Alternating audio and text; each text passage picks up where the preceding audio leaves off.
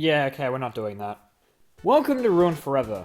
In this series, I take a look at various things within a certain franchise that have been generally shunned by fans and permanently looked down upon as terrible, and then give my thoughts on it to determine whether or not it really is as bad as everyone says it is. This will be the most positive Ruined Forever episode I've ever done. In this episode, we're diving into the Sonic franchise. Lord help me. In recent years, the Sonic franchise has garnered itself a pretty poor reputation. Whether that be from the terrible games, terrible 25th anniversary streams, or the horrible fan art the fanbase decides to create, which by the way, is not okay. But there was once a time that Sonic the Hedgehog was a beloved video game franchise with a few poor games, but overall was doing okay. The major turning point for the franchise was when it all went downhill in 2006, with the release of the supposed reboot for the entire series, Sonic the Hedgehog or Sonic 06. There's not much to say about Sonic 06 that hasn't already been said, as the entirety of the internet has already taken the absolute piss out of it, and given it the privilege of being recognized as one of the worst games ever created. Even those who have not played it before decided to hop onto the bandwagon and give it as much hate as they could, to the point where it is now universally recognized as a broken, horrible mess. But is the game really as bad as everyone has said it is?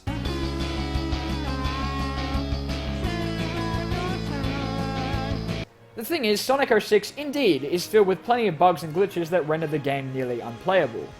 This is due to Sega rushing the development of it in order to get it out in time for the holiday season, and so instead of giving the developers time to iron out the many bugs the game has, Sonic 06 was released into the world unfinished and most likely not even playtested.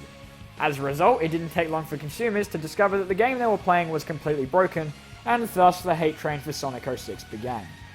This is a massive shame, as the game had some fantastically bold and ambitious ideas that could have worked had the game been properly finished. The original E3 footage for the trailer looked fantastic, and showcased a fast-paced Sonic game with a more realistic feel to it as opposed to previous games like Sonic Heroes. Some of what was seen in the trailer is present in the final game, and you can see that Sonic Team really tried to produce a large and expansive game.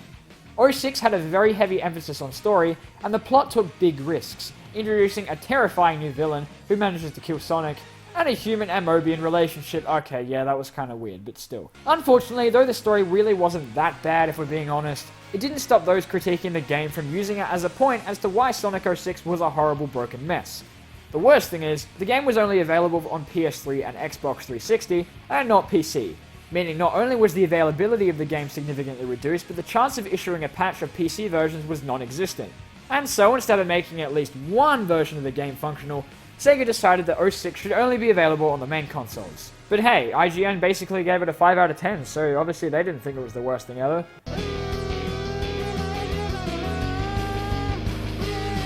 Though doing a lot of things wrong, 06 does a lot of things right as well.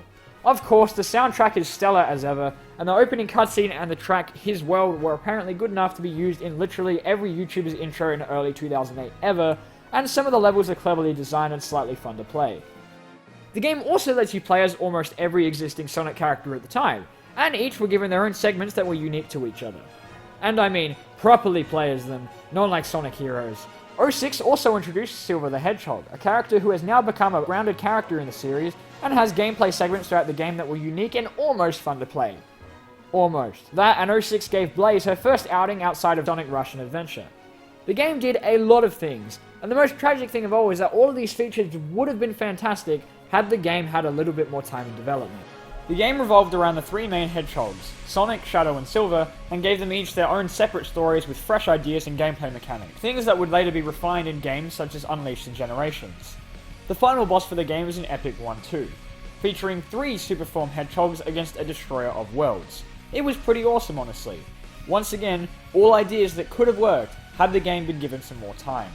The gameplay of 06 was heavily inspired from the previous 2 Sonic Adventure games, and very clearly is meant to serve as an unofficial Sonic Adventure 3, what with the level design and the multiple playable characters. The game was made to appeal to the fans, and I at least appreciate the thought that went into it. It's a shame the game didn't keep the same kind of quality in every aspect.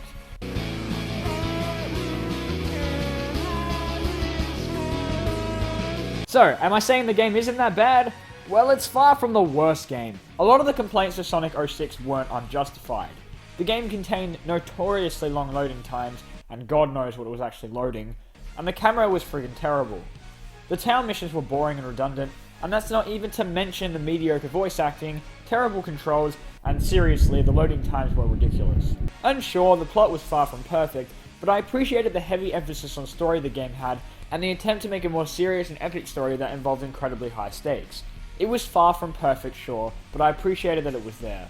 I definitely don't think it deserves as much hate as it gets, but that's not to say that the game isn't without its faults. Yes, the game is filled with an absolutely ridiculous amount of glitches, many of which are hilarious and many of which are just really annoying.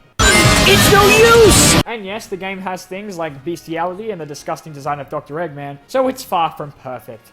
But credit needs to be given where it is due. It is still possible to enjoy 06, and the glitches can add extra laughs to the game. It cannot be denied that the game is certainly not finished, and that Sega made a very, very poor decision. But overall, Sonic 06 is not as bad as everyone has made it out to be, and I feel as if it could have been fantastic had Sega prioritized quality over money. What does deserve as much hate as possible is the second Sonic the Hedgehog reboot of 2014. Sonic Goddamn Boom! Somehow managing to dethrone 06 as the worst Sonic game ever, Sonic Boom Rise of Lyric is even more of a broken mess, with no fun gameplay, no complex story, no clever level designs. It is instead a lifeless husk that had less effort put into it than Sonic Schoolhouse.